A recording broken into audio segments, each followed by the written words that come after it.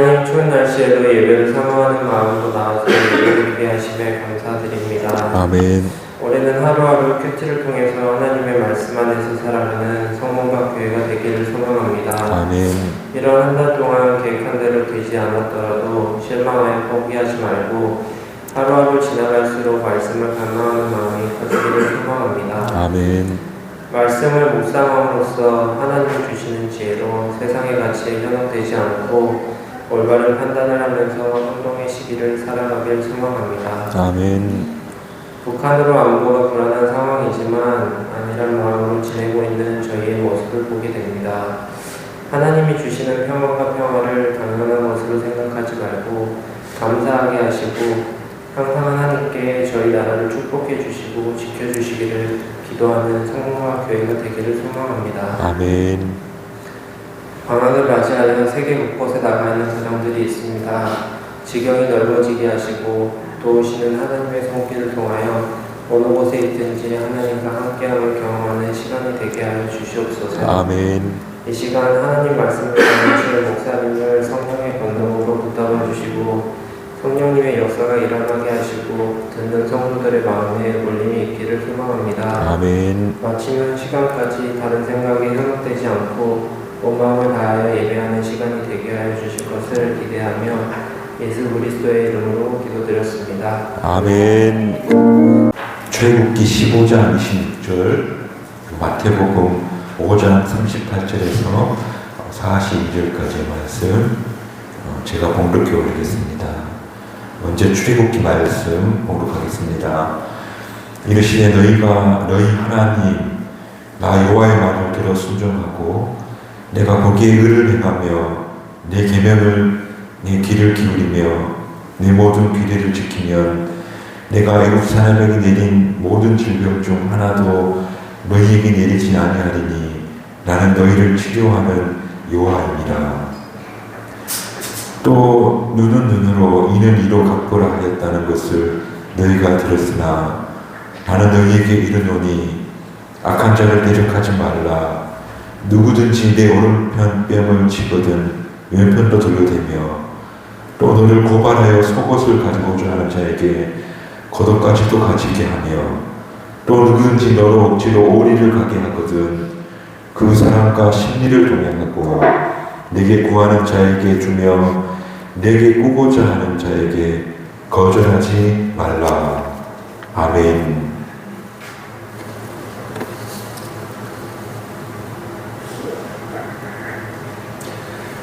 치료하시는 하나님이라는 제목으로 함께 말씀을 묵상해 보았으면 좋겠습니다.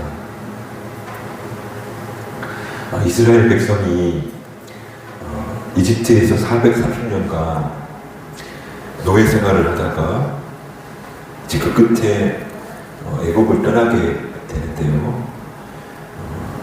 바다 가운데 하나님이 길을 내시는 그런 은총을 입게 되죠. 그리고 쫓아오는 군대를 부르치고 광야길에 들어서게 되는데 우리가 읽지 않았지만 출애굽기 15장 22절에서 오늘 읽은 26절까지 내용 중에 사흘 동안을 행진하는데 물을 얻지 못하는 거예요. 그래서 백성들이 매우 곤란을 겪게 되는데 드디어 물을 발견하게 되는데 그 물은 사람이 마시기 매우 곤란한 쓴물이었다. 그래서 성경은 백성들이 낙심하고 또 원망하고 탄식하고 그 모세에게 불평을 하고 있는데 그때 모세는 하나님께 부르짖었다 그렇게 말하고 있어요. 백성들과 모세의 모습이 참으로 대조적인데 그런데 잠시 눈여겨볼 것은 백성들의 탄식과 원망의 길을 낸 것이 아니고 바로 모세가 하나님께 부르짖음으로 바로 모세의 기도가 길을 냈다. 불평과 탄식이 또 그들의 아우성이 길을 찾은 것이 아니고 문제를 해결한 것이 아니고 모세의 기도가 문제를 또 길을 찾게 되었다. 우리가 살면서 넘을 수 없는 장벽을 넘어서서 빛을 보게 하는 것은 기도의 능력이고 또 기도했던 사람들이 결국 길을 찾았지 원망과 탄식한 사람들이 길을 낸 것이 아니었다는 사실을 우리가 먼저 볼 수 있으면 좋겠습니다. 여튼 모세가 기도했더니 하나님께서 보여주신 한 나무를 보게 되었고 그 나무를 꺾어다가 그 물에 넣었더니 사람이 마실 수 있는 단물로 바뀌게 되었더라. 아마 그 나뭇가지가 정화작용을 한 것으로 보여지는데 그렇게 함으로 쓴물이 단물로 변하게 되는 마라의 경험을 하게 되었다. 그리고 이어서 하나님께서 그 백성들에게 말씀하시는데 뭐라고 말씀하시는가 하면 오늘 우리가 함께 읽은 본문이 되는데요. 너희가 내 말을 잘 듣고 내가 보기에 옳은 일을 하고 나의 명령에 순종하고 나의 규례를 지키면 내가 애굽 사람에게 내린 어떤 질병도 내리지 않게 하리니 나는 너희를 치료하는 하나님이다. 나는 너희를 치료하는 하나님이다. 그렇게 자신을 소개하고 계시는 모습이 오늘 우리가 읽은 출애굽기 말씀이 됩니다. 이것을 보면서 이제 앞으로 펼쳐지게 될 광야 생활 40년을 통해서 하나님께서 이 백성을 치료하시고자 하는구나. 우리는 이 광야 40년을 흔히 형벌의 시간이라고 알고 있지만 사실은 이 광야 40년 세월 그 여정은 하나님의 손길로 인해서 이스라엘 백성들이 치료받고 회복되어지는 그런 과정이었다. 그렇다면 하나님은 무엇으로 그들을 치료하길 원하셨을까? 오늘 본문 말씀은 이렇게 말하는데 하나님의 율례와 법도를 가르침으로 저들을 치료하시겠다 하는 뜻을 보여주십니다. 말하자면 이 백성이 하나님의 말씀을 듣게 되고 또 그 말씀에 순응하는 사람으로 점점 변화되어질 때 그들은 건강한 모습으로 회복되어질 것이다. 성서가 이야기하는 건강한 사람은 하나님과의 관계의 문이 활짝 열려 있는 이들일 텐데 그 관계의 문은 바로 하나님의 말씀을 듣는 사람 그리고 하나님 말씀에 순응하는 사람 그런 사람이 하나님과의 관계의 문이 열려지게 되고 또 하나님의 말씀을 듣고 그 말씀에 순종하는 그런 사람이 바로 건강한 그리스도인이 되게 된다. 그렇게 말씀하고 계시다는 사실을 우리가 꼭 기억하였으면 좋겠습니다. 정말 하나님께서 자신을 치유하시는 하나님으로 드러내셨다는 사실은 생각하면 생각할수록 대단히 고마운 말씀, 참 감사한 말씀이 아닌가 저는 그렇게 생각합니다. 왜냐하면 하나님께서 당신 백성을 고치고 싸매고 돌봐주고 치료해줄 대상으로 보고 계신다는 겁니다. 그러니 얼마나 고맙습니까?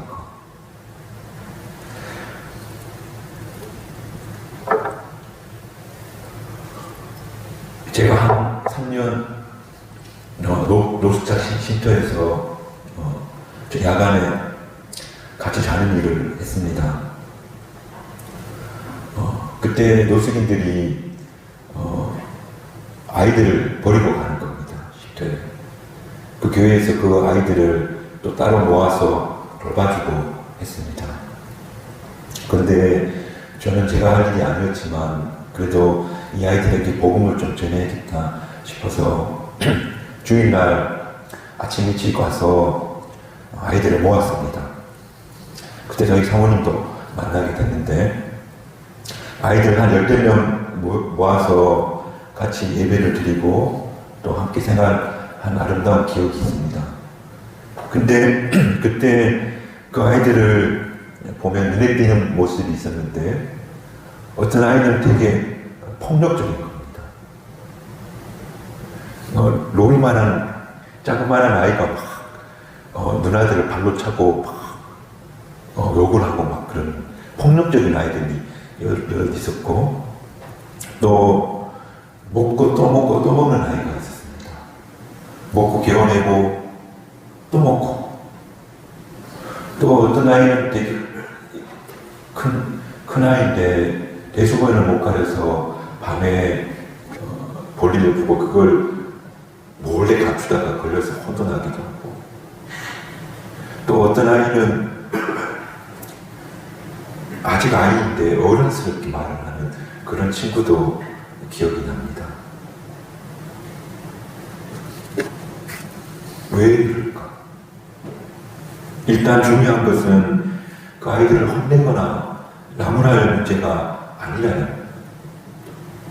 왜냐하면 그 아이들은 충분히 받아야 될 사랑을 받지 못한 이유가 있을 것이고 마땅히 받아야 될 보호를 받지 못했기 때문입니다. 그래서 그 아이들을 혼내거나 나무라거나 꾸준함할 대상이 아니고 그 아이들에게 받지 못한 사랑을 주어야 할 대상이구나. 그렇게 바라봐야 된다는 거죠.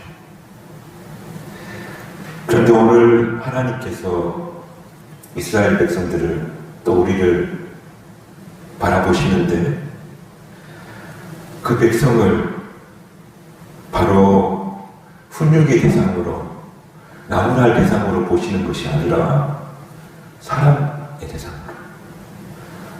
너희들이 나의 사랑이 필요하구나 하는 마음으로 우리를 바라보고 계신다. 치료하고 위로하고 사모할 대상으로 그 백성을 바라보신다는 그 말씀이 바로 나는 너희를 치료하는 하나님이시다. 그래서 이 말씀 보면 볼수록 생각하면 생각할수록 너무 고마운 말씀이 된다. 여호와 라파의 하나님께서 오늘 저와 여러분을 그렇게 사랑의 시선으로 보고 계시다 하는 사실을 꼭 기억하였으면 좋겠습니다. 이런 하나님의 치료하시는 모습은 복음서의 예수님의 모습에서 가장 두드러진 성품으로 발견되어지는데요. 예수님은 그가 만난 모든 사람을 민망히 여기셨고 또 긍휼히 여기셨다고 성경은 전하고 있는데요.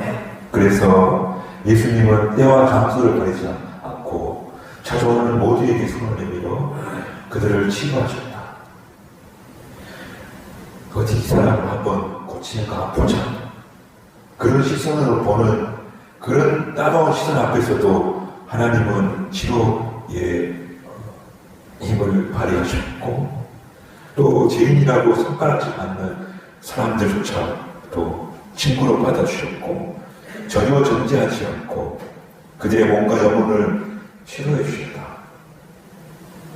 그분은 정말 치료하시는 하나님이셨다.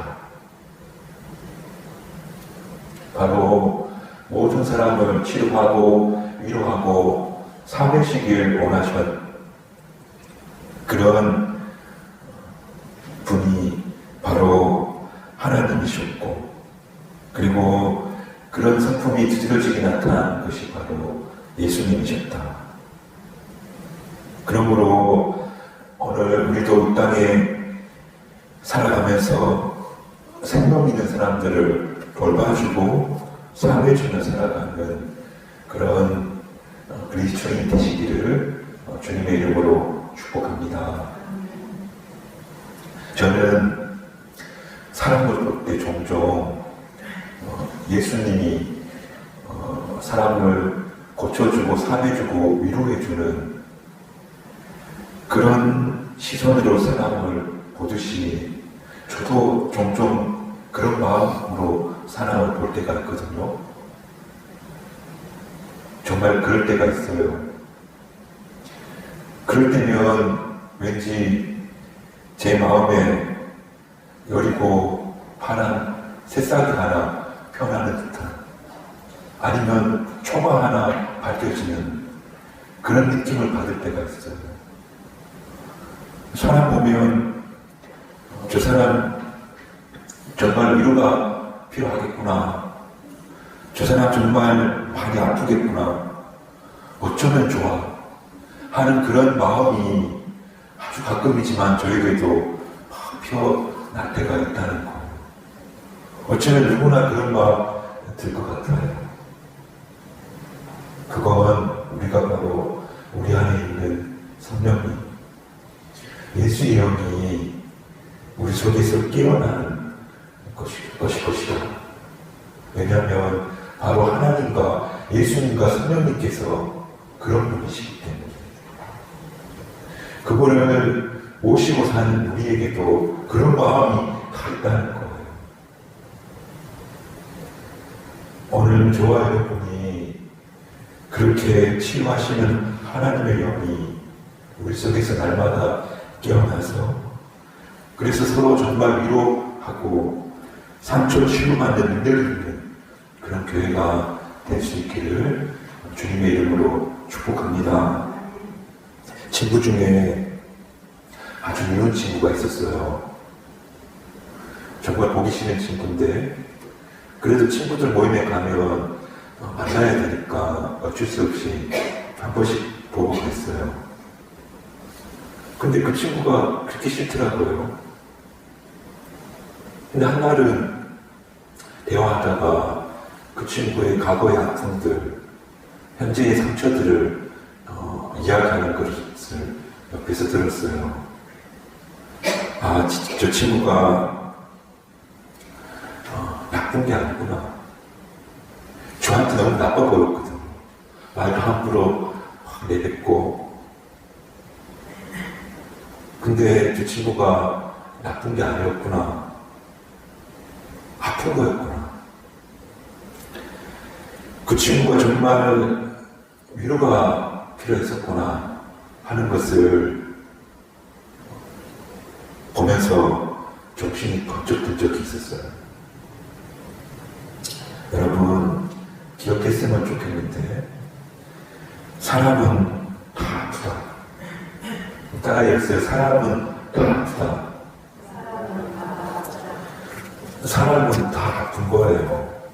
사람은 나쁜 게 아니고 다 아픈 거예요.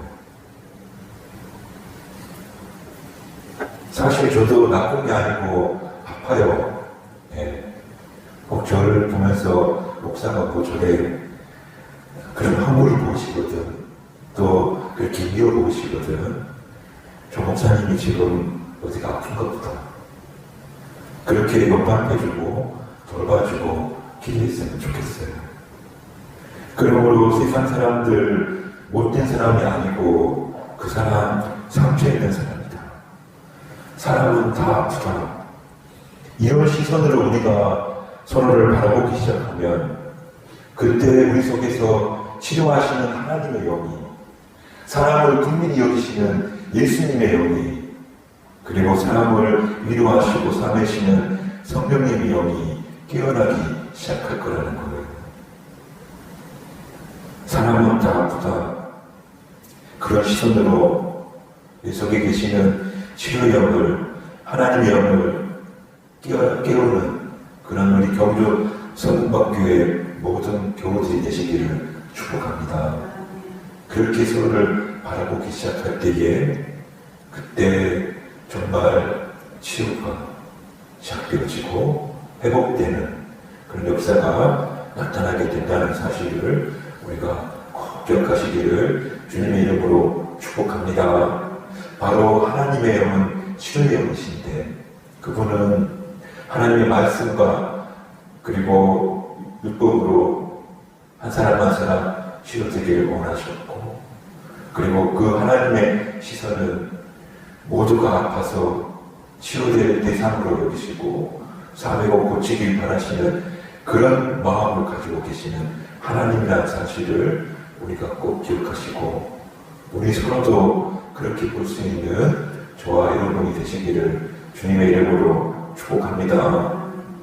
그게 오늘 출애굽기 말씀이라면 오늘 또 우리가 읽은 마태복음 말씀, 예수님께서 또한 이 땅에서 당신의 사역을 통해서 어떻게 이 땅의 아픈 역사와 슬픔에 빠진 백성들을 치료해주고 계시는지를 보여주는 그런 말씀이 텐데,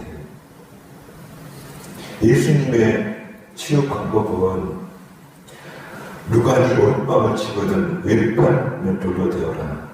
누가 네 속옷을 빼앗거든 겉옷을 주어라. 누가 억지로 오리로 가게 하거든 심리를 가져라. 그렇게 말씀하시고 그 말씀으로 치유하신 분이시다. 이 말씀은 예수님 안 믿는 사람도 다 아는 대단히 유명한 말씀이죠. 그런데 이 말씀이 나와 세상을 치료하는 치료제가 되더라. 잘 들어보세요. 제가 목사께는 안 그렇지만 한번 이게 왜 이 땅을 고치는 치료제가 되는지를 한번 잘 들어보셨으면 좋겠어요. 예수님 말씀은 다른 랍비들과 또 서기관들과 율법학자들과 달리 권위가 있다고 백성들이 그렇게 말했어요. 왜 예수님 말씀은 권위가 있을까? 예수님 말하면 날벼락 미치고 에코가 있어 막 퍼져나가고 그래서 권위가 있는 게 아니죠. 예수님 말씀에 권위가 있는 건 그 말씀이 진실성 때문에. 그러니까 말로 끝나는 것이 아니었던 거예요. 우리 말로만 끝나잖아요. 그런데 예수님은 말씀으로 끝나는 것이 아니고 정말 이 말씀이 그냥 하는 말씀이 아닐 거라고 사람들은 믿었던 거예요. 진실한 말씀입니다. 예수님께서 오른밤을 누가 치거든 왼밤을 둘러대라 하셨는데 예수님은 정말 로마 군인들에게 조롱을 받으시고 뺨을 맞으시고 어느 쪽 손으로 쳤는지 맞춰보라고 하면서 정말 당신이 오늘 밤을 맞거든 왼밤도 내주라 했던 그 말씀을 그대로 십자가에서 보여주시고 또 예수님께서는 십자가상에서 다 느껴진 알몸이 되신 거예요. 속옷뿐 아니라 겉옷까지도 다 내어주었던 거예요. 정말 누가 네게 속옷을 빼앗으려거든 겉옷까지 주라 하신 그 말씀을 이루셨던 거예요. 또 누가 짊어지고 오리를 가져가 하거든 심리까지 가라고 하셨는데 예수님은 3번이나 넘어지시면서 당신은 그 십자가를 지고 끝내는 골고다 언덕을 올라셨던 거예요. 그분은 말씀만 하신 것이 아니고 그 말씀대로 하셨던 그런 분이신 거예요. 오른밤을 치거든 왼밤을 돌려대고 속옷을 달라고 하면 겉옷을 내주고 억지로 오리를 가져가면 신까지 가라고 하신 그 말씀 그대로 그 모든 모욕과 수치와 고통을 당신 몸으로 받아주신 희생을 통해서 이 땅의 슬픈 역사와 아픈 영혼을 치료하셨다는 것. 감히 조금 오시는지 모르겠어요. 이사야 선지자는 말씀하시기를 그가 진리면 우리의 허물을 인하며 그가 사망은 우리의 죄악을 인함이라. 그가 징계를 받음으로 우리가 평안을 누리고 그가 채찍에 맞음으로 우리가 나음을 누리도다. 이사야 선지자의 예언대로 예수님께서 뺨을 맞고 옷이 벗겨지고 십자가를 지고 하는 희생을 통해서 우리가 받아야 할 죄의 대가를 목소 치르셨다는 것. 그래서 죄의 공포와 두려움 그리고 죽음의 형벌에서부터 자유하게 되었다는 것. 심판의 문제, 구원의 문제, 바로 이 예수님의 고통을 맞음을 통해서 우리가 바로 나음을 얻게 되었다는 것. 아무 말 없이 맞으시고 뺏기시고 짐지신 예수님을 바라보다가 우리가 이 사실을 발견하게 된다는 거예요. 아, 그분이 나를 위해서 맞으시고 벗기시고 또 짐을 짊어 주셨구나. 이 사실을 발견하는 것이 바로 구원의 은혜를 누리는 정말 참된 회복을 경험하는 그런 치료제가 되리라는 거예요. 그리고 한 가지 더, 예수님의 뺨을 때리고 옷을 벗기고 십자가를 지게 한 사람이 누군가 하면 바로 그게 나였구나. 성서가 그렇게 이야기했던 독생 자식이 바로 나였구나 하는 사실을 발견하는 순간이 바로 은혜의 순간, 그리고 회복되는 순간, 치료받는 순간이 되더라는 거예요. 오늘 밤을 접고 다시 왼번까지 치는 나를 발견하게 될 때에 속옷을 빼앗은 것으로도 모자라서 겉옷도 달라고 하는 나를 발견하게 될 때에 남에게 억지로 짐지우는 것을 즐거워하고 있는 나를 십자가에서 발견하게 될 때에 그때 우리는 그분 앞에 엎드려 용서를 빌게 되고 그리고 정말 회개의 눈물을 쏟아내게 될 때에 그때에 참 치료의 길에 들어서게 되더라는 것. 여러분, 내가 얼마나 많은 생명을 상하게 했는지, 또 내가 사람이라는 핑계와 이름으로 내가 사랑하는 사람조차도 얼마나 힘들게 하였는지, 내가 얼마나 많은 말과 행동과 행위로 형제와 자매를 또 이웃을 힘들게 하였는지, 묵묵히 맞으시고 뺏기시고 또 진지신 예수를 바라보다가 우리가 그 사실을 발견하게 될 때에 그때 당신 앞에 엎드려 애통의 눈물을 쏟아내게 되고 거기서부터 치료와 회복이 시작되게 되더라는 것. 그러므로 우리가 참으로 치료되기를 원한다면 오른밤을 맞고 윗밤을 얻으신 예수, 속옷은 물론 겉옷까지 내어주신 예수님, 아무 죄 없이 십자가를 지신 그 예수님을 바라보는 그런 영혼들이 되시기를 주님의 이름으로 축복합니다. 그래서 사도 바울은 나는 십자가 외에는 아무것도 말하지 않겠다. 나는 십자가 외에는 자랑할 것이 없다. 그것밖에 없다고, 그것만이 치유의 길이라고 하신 이유를 조금 알 것 같아요.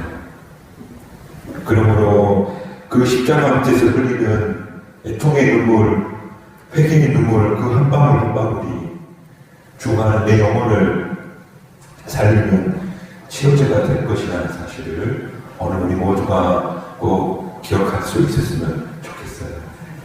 그리고 그 치료의 한 방울 한 방울이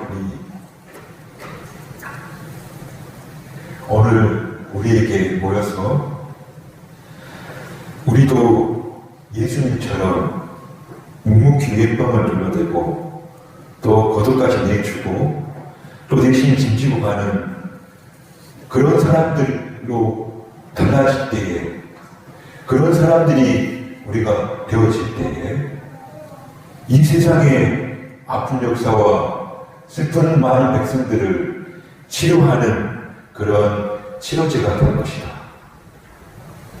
저는 그렇게 믿습니다. 또 예수님처럼 묵묵히 맞아주고 뺏겨주고 짐지어주는 그런 사람들이 가정도 변화시키고 우리 교회도 변화시키고 그리고 그런 왼병을 또 겉옷을 짐을 메어주는 사람들을 통해서 이 세상도 점점 평화의 땅으로 치료되어지는 세상으로 변화되어지게 될 것이다 하는 사실을 우리 모두가 기억하였으면 좋겠습니다. 그러므로 세상이 하나님 백성들이 능력과 권세가 어디에서 나오냐고 묻는다면, 그러니까 교회의 힘이 무엇입니까? 라고 묻는다면 사람이 많이 모이는 것이 교회의 힘이라고 할 수도 있고, 교회 재정이 많은 것이 교회의 힘이라고 말할 수도 있겠고, 또 기적을 행하는 어떤 능력이 있는 교회가 힘이 있는 교회라고 말할 수 있겠지만, 그보다 더 능력과 권세가 있는 교회가 어떤 교회인가 하면 바로 뺨을 치면 단쪽 뼈도 들어주는 그런 마음이 있는, 또 속옷을 달라고 한다면 겉옷까지 메어주는 그런 마음이 있는, 또 짐을 지나갈 때에 그 짐을 달게 지고 가는 그런 마음이, 그런 자세가 있는 교회가 바로 권세와 힘 있는 교회임을 우리가 알고, 바로 오늘 우리 경주 성부학교의 힘과 권세는 바로 오른밤을 치는 사람에게 왼밤을 내주고, 속옷을 달라는 사람에게 겉옷을 내주고, 짐을 지라는 사람에게 기꺼이 짐을 줘주는 그런 모습을 통해서 교회의 힘과 권능을 보여줄 수 있는, 그리고 그 모습으로 세상을 치료해낼 수 있는, 그리고 그런 삶으로 나와 우리 가정과 교회를 치료해내는 그런 우리 경주 성부학교의 모든 교우들이 되시기를 주님의 이름으로 축복합니다.